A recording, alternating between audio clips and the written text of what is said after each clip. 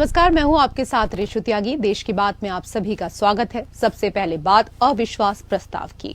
लोकसभा में अविश्वास प्रस्ताव पर बहस के दूसरे दिन राहुल गांधी ने जोरदार भाषण दिया, लेकिन इस दौरान ऐसा कुछ हुआ जिस पर वो महिला सांसदों के निशाने पर आ गए। आज लोकसभा की पूरी कार्यवाही का पूरा ब्यौरा हम आपको देंगे। कांग्रेस की ओर से अब राहुल गांधी भी राजस्थान के रण में उतर गए हैं। राहुल ने आज बांसवाड़ा के मानगढ़ में चुनावी रैली की और बीजेपी पर जमकर निशाना साधा। राहुल ने मणिपुर हिंसा को लेकर बीजेपी को घेरा। राजस्थान के रण में क्या है कांग्रेस और बीजेपी की रणनीति, हम आपको बताएंगे।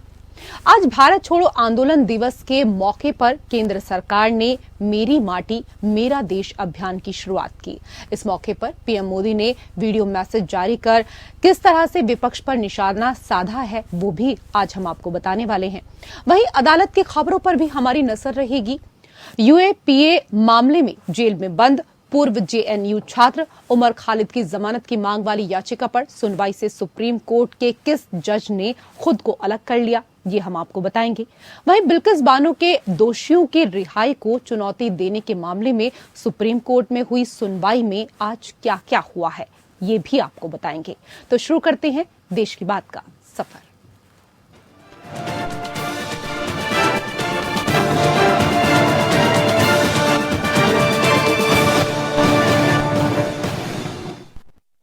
विपक्ष के अविश्वास प्रस्ताव पर आज लोकसभा में दूसरे दिन सत्ता पक्ष और विपक्ष में जमकर घमासान देखने को मिला। चर्चा के दूसरे दिन राहुल गांधी ने मणिपुर के हालात को लेकर प्रधानमंत्री मोदी पर जोरदार अटैक करते हुए कहा कि मोदी सरकार ने आज मणिपुर को दो हिस्सों में बांट दिया। इन लोगों ने भारत माता की हत्या की है। राहुल गांधी ने सरकार को देशद्रोही बताते हुए कहा कि प्रधानमंत्री इसलिए मणिपुर नहीं जा रहे क्योंकि आप भारत मां के रखवाले नहीं, उसके हत्यारे हो।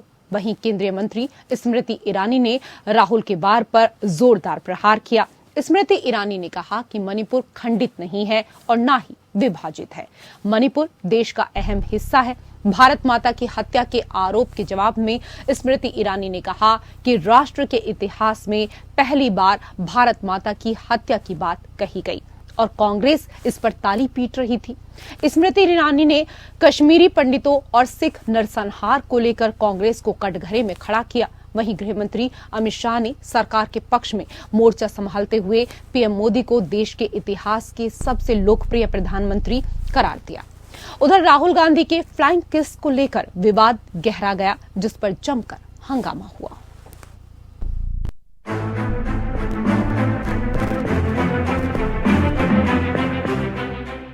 राहुल गांधी का मोदी सरकार पर जोरदार अटैक। मोदी सरकार पर मणिपुर को दो हिस्सों में बांटने का आरोप। देशद्रोही सरकार ने की है भारत माता की हत्या। अविश्वास प्रस्ताव पर चर्चा के दूसरे दिन राहुल गांधी ने केंद्र की मोदी सरकार पर जोरदार हमला करते हुए मणिपुर को दो हिस्सों में बांटने का आरोप लगाया। केंद्र सरकार को देशद्रोही करार देते हुए राहुल गांधी ने कहा कि अहंकार में डूबी बीजेपी सरकार ने भारत माता की हत्या की है। राहुल गांधी ने पीएम के मणिपुर न जाने को लेकर भी जमकर प्रहार किया। रावण दो लोगों की सुनता था, मेघनाथ और कुंभकर्ण। वैसे ही नरेंद्र मोदी दो लोगों की सुनते हैं, अमित शाह और अडानी। भाई और बहनों, लंका को हनुमान ने नहीं जलाया था, लंका को रावण के अहंकार ने जलाया था। राहुल गांधी के वार पर केंद्रीय मंत्री स्मृति ईरानी ने जमकर पलटवार किया। स्मृति ईरानी ने कहा कि न मणिपुर विभाजित है और न खंडित। मणिपुर देश का अहम हिस्सा है।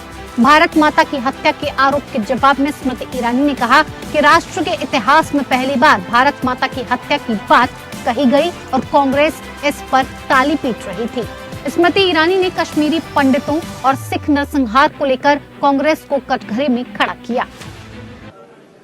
उन्होंने जाते जाते एक अभद्र यहाँ पर लक्षण के दर्शन दिए। It is only a misogynistic man who can give a flying kiss to a parliament with seats female members of parliament. ऐसी गरिमा विहीन आचरण को इस देश के सदन में कभी नहीं देखा गया। ये उस खानदान के लक्षण हैं, ये आज सदन में देश को पता चले। स्मृति ईरानी ने कश्मीरी पंडितों का मुद्दा उठाया तो कश्मीरी पंडितों की कश्मीर वापसी पर फारूक अब्दुल्ला ने सवाल उठा दिया। दिन भर चले बहस के बाद शाम को गृह मंत्री अमित शाह ने सरकार के पक्ष में मोर्चा संभाल लिया। शाह ने पीएम मोदी को आजादी के बाद देश में सबसे लोकप्रिय पीएम बताते हुए कहा कि भारतीय राजनीति को 3 नासूर भ्रष्टाचार, परिवारवाद और तुष्टीकरण ने घेर लिया था। पीएम मोदी ने इसे दूर किया। भ्रष्टाचार क्विट इंडिया, परिवारवाद क्विट इंडिया, तुष्टीकरण क्विट इंडिया। अविश्वास प्रस्ताव पर लोकसभा में जबरदस्त घमासान देखने को मिल रहा है। राहुल गांधी ने जहां संसदीय बहाली के बाद मणिपुर के मुद्दे पर सरकार को घेरा तो वहीं फ्लाइंग किस को लेकर विवाद की स्थिति पैदा हो गई। बीजेपी की ओर से महिला सांसदों ने इसे महिलाओं का अपमान बताते हुए आरोप लगाया कि राहुल गांधी जाते जाते स्त्री विरोधी लक्षण के दर्शन देकर चले गए। वहीं बीजेपी सांसद शोभा करंदलाजे ने फ्लाइंग किस विवाद पर बोलते हुए राहुल गांधी के व्यवहार को अनुचित बताया और लोकसभा अध्यक्ष के पास शिकायत भी दर्ज करवाई। राहुल गांधी की इस हरकत पर बीजेपी आग बबूला है। फ्लाइंग किस करते हैं? क्या हो गया राहुल गांधी को? इतनी महिलाएं बैठी हुई हैं, मतलब कोई तमीज नहीं है उनको क्या? बहुत पीड़ा हुई है। बाकी उनका भाषण क्या था? भारत माता की हत्या कर दी। राहुल गांधी, आप चाइना से दोस्ती की बात करें, फंडिंग लें, भारत माता अजेय है और अमर है, लेकिन आपको भारत माता की साख कौन बताएगा? अब चलिए, राहुल गांधी से और अपेक्षा क्या करती है? राहुल गांधी जितना बोलते हैं, राहुल गांधी अपने व्यक्तित्व को उतना ही हल्का करते हैं। अब मुझे इससे ज्यादा कुछ, यानी अविश्वास प्रस्ताव पर सियासी द्वंद्व जारी है। कांग्रेस की कोशिश शायद अब 2024 का मुकाबला इंडिया बनाम एनडीए के इतर मोदी वर्सेस राहुल गांधी करने की है, जिसमें कांग्रेस काफी हद तक कामयाब होती भी दिख रही है। लेकिन जानकार मानते हैं कि राहुल गांधी में भारत जोड़ो यात्रा के बाद काफी परिवर्तन देखने को मिल रहा है। कांग्रेस राहुल गांधी को जननायक की भूमिका में पेश करने की तैयारी में है। कांग्रेस को इससे फायदा तो होगा, लेकिन 2024 में कड़ी टक्कर दे पाएंगे ये कहना मुश्किल है। Bureau report, ATN news. और उधर इस साल के आखिर में राजस्थान विधानसभा के चुनाव होने हैं। कांग्रेस के सामने राजस्थान की राजगद्दी को बचाने की चुनौती है, तो बीजेपी राजस्थान में अपनी गंवाई सत्ता को दोबारा हासिल करने के लिए संघर्ष कर रही है। पीएम मोदी ने राजस्थान चुनाव की कमान खुद अपने हाथों में थामी हुई है, तो वहीं कांग्रेस की ओर से अब राहुल गांधी भी राजस्थान के रण में उतर गए हैं। राहुल ने आज बांसवाड़ा के मानगढ़ में चुनावी रैली की और बीजेपी पर जमकर निशाना साधा। राहुल ने मणिपुर हिंसा को लेकर बीजेपी को घेरा। 2024 में सत्ता का फाइनल होना है, तो पीएम मोदी की नजर राजस्थान की सभी 25 लोकसभा सीटों पर है, लेकिन इसके लिए जरूरी है कि राजस्थान विधानसभा चुनाव में भी बीजेपी का परचम लहराए। वहीं कांग्रेस के लिए राजस्थान में जीवन मरण का सवाल है। कांग्रेस अगर राजस्थान विधानसभा चुनाव जीती तो 2024 के लिए उसका मनोबल बुलंद होगा और विपक्षी गठबंधन में भी उसकी हैसियत इतनी बढ़ जाएगी कि वो राहुल गांधी को पीएम के दावेदार के तौर पर पेश कर सके।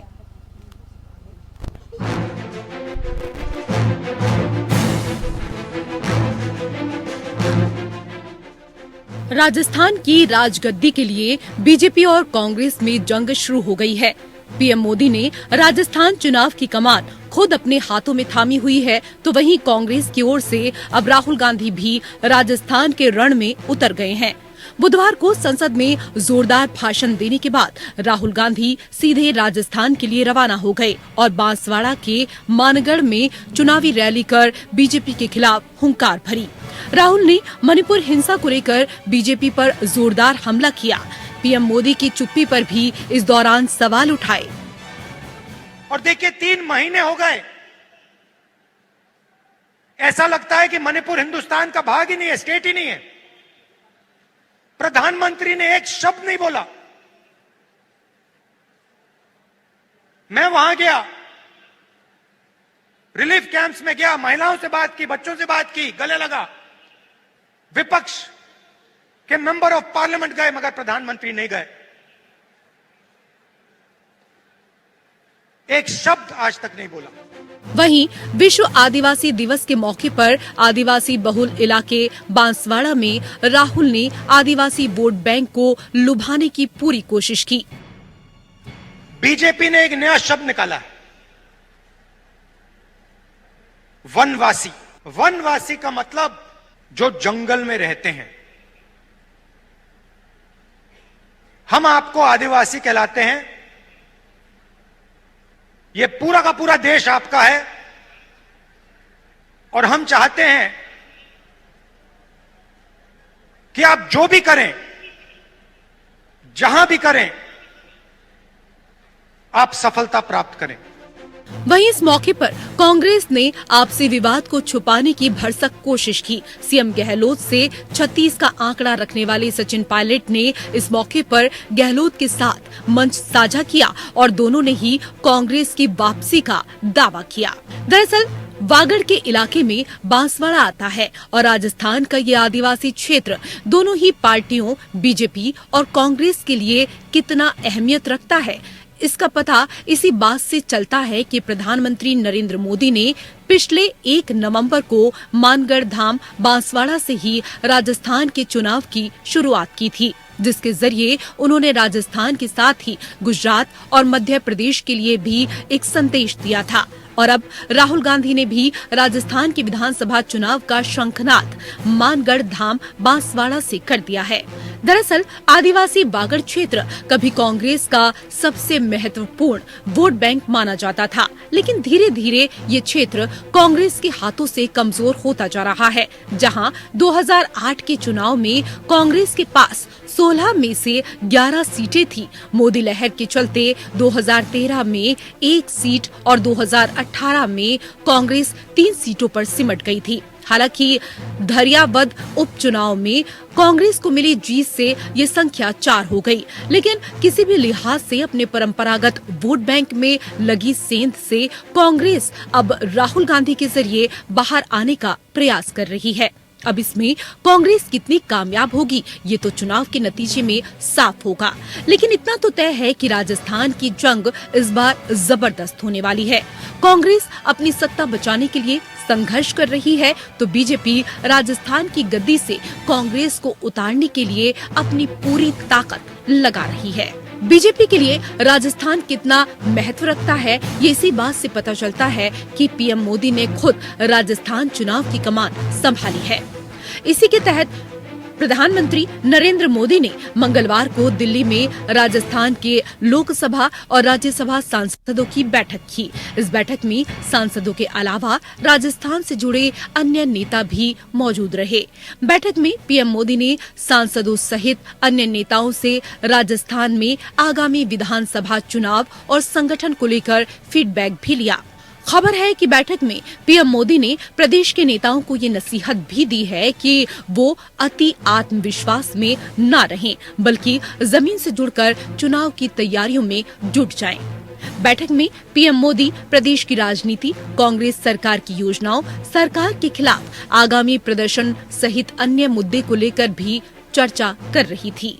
वहीं राजस्थान में बीजेपी ने चुनाव जीतने के लिए एक बड़ी रणनीति के तहत सभी 200 सीटों की सटीक रिपोर्ट लेने के लिए देश भर में अपने 200 तेज तर्रार विधायकों को काम पर लगाने का फैसला किया है।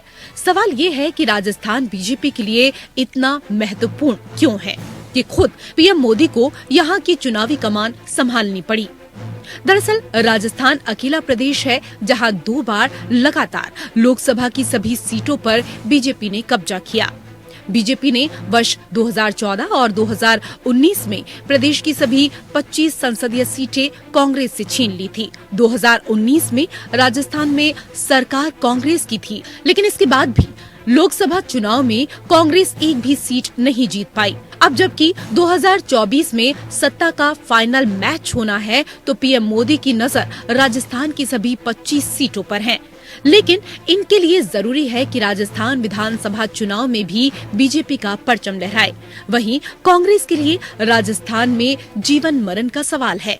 कांग्रेस अगर राजस्थान विधानसभा चुनाव जीतती है तो 2024 के लिए उसका मनोबल बुलंद होगा और विपक्षी गठबंधन में भी उसकी हैसियत इतनी बढ़ जाएगी कि वो राहुल गांधी को पीएम के दावेदार के तौर पर पेश कर सकें।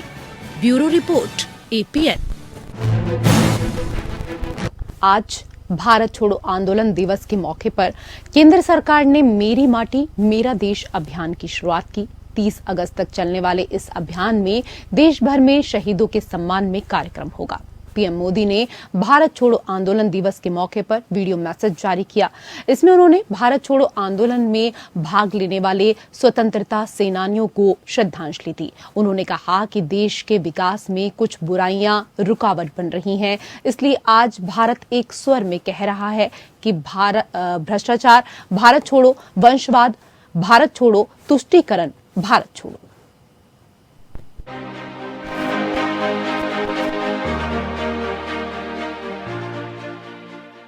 नौ अगस्त यानी भारत छोड़ो आंदोलन दिवस के मौके पर केंद्र सरकार ने मेरी माटी मेरा देश अभियान की शुरुआत की है। 30 अगस्त तक चलने वाले इस अभियान के तहत देश भर में शहीदों के सम्मान में कार्यक्रम होंगे। शहीदों की याद में स्मारक पट्टिका लगाई जाएंगी, जिनमें प्रधानमंत्री मोदी का संदेश भी होगा। इसके अलावा तीनों सेनाओं के जवान देश भर की ग्राम पंचायतों का दौरा करेंगे। मेरी माटी मेरा देश के तहत अमृत कलश यात्रा भी निकाली जा रही है, जिसमें देश भर के गांव से 7,500 कलशों में मिट्टी लाई जाएगी। साथ ही यात्रा में देश के अलग अलग हिस्सों से पौधे भी लाए जाएंगे। इस मिट्टी और पौधों से नेशनल वॉर मेमोरियल के पास अमृत वाटिका बनाई जाएगी। प्रधानमंत्री मोदी ने 30 जुलाई को मन की बात कार्यक्रम में इस अभियान की घोषणा की थी। प्रधानमंत्री नरेंद्र मोदी ने 9 अगस्त को भारत छोड़ो आंदोलन दिवस के मौके पर वीडियो मैसेज जारी किया, जिसमें उन्होंने भारत छोड़ो आंदोलन में हिस्सा लेने वाले स्वतंत्रता सेनानियों को श्रद्धांजलि दी। उन्होंने कहा कि देश के विकास में कुछ बुराइयां रुकावट बन रही हैं, इसलिए आज भारत एक स्वर में कह रहा है कि भ्रष्टाचार भारत छोड़ो, वंशवाद भारत छोड़ो और तुष्टीकरण भारत छोड़ो। 7500 कलशों में मिट्टी लेकर ये अमृत कलश यात्रा देश की राजधानी दिल्ली पहुंचेगी। ये यात्रा अपने साथ देश के अलग अलग हिस्सों से पौधे लेकर भी आएगी। 7500 कलश में आई माटी और पौधों से मिलाकर फिर नेशनल वॉर मेमोरियल के समीप अमृत वाटिका का निर्माण किया जाएगा। पीएम मोदी ने कहा कि मेरी माटी मेरा देश कार्यक्रम से हमें देश की आजादी के लिए किए गए बलिदानों का एहसास होगा और इसीलिए हर देशवासी को इस अभियान में शामिल होना चाहिए। अमृत महोत्सव की गूंज है। 15 अगस्त पास ही है तो देश में एक और बड़े अभियान की शुरुआत होने जा रही है। शहीद वीर वीरांगनाओं को सम्मान देने के लिए मेरी माटी मेरा देश अभियान शुरू होगा। इसके तहत देश भर में हमारे अमर बलिदानियों की स्मृति में अनेक कार्यक्रम आयोजित होंगे। 30 अगस्त तक चलने वाले मेरी माटी मेरा देश अभियान के साथ आजादी का अमृत महोत्सव कार्यक्रम का भी समापन हो जाएगा। आजादी के अमृत महोत्सव अभियान की शुरुआत 12 मार्च 2021 को हुई थी, जिसके तहत देश भर में 2 लाख से ज्यादा कार्यक्रम आयोजित किए गए। Bureau report, APN। और उधर सुप्रीम कोर्ट के जस्टिस प्रशांत कुमार मिश्रा ने बुधवार को UAPA मामले में जेल में बंद पूर्व JNU छात्र उमर खालिद की जमानत की मांग वाली याचिका पर सुनवाई से खुद को अलग कर लिया। फरवरी 2020 में दिल्ली दंगों के पीछे की कथित साजिश से संबंधित UAPA मामले में उमर खालिद जेल में बंद हैं। केस से अलग होने का कोई कारण नहीं दिया गया। दिल्ली हाई कोर्ट ने पिछले साल 18 अक्टूबर को उमर खालिद की याचिका खारिज कर दी थी, जिसके बाद ये जमानत याचिका जस्टिस AS बोपन्ना और प्रशांत कुमार मिश्रा की पीठ के समक्ष सुनवाई के लिए आई थी।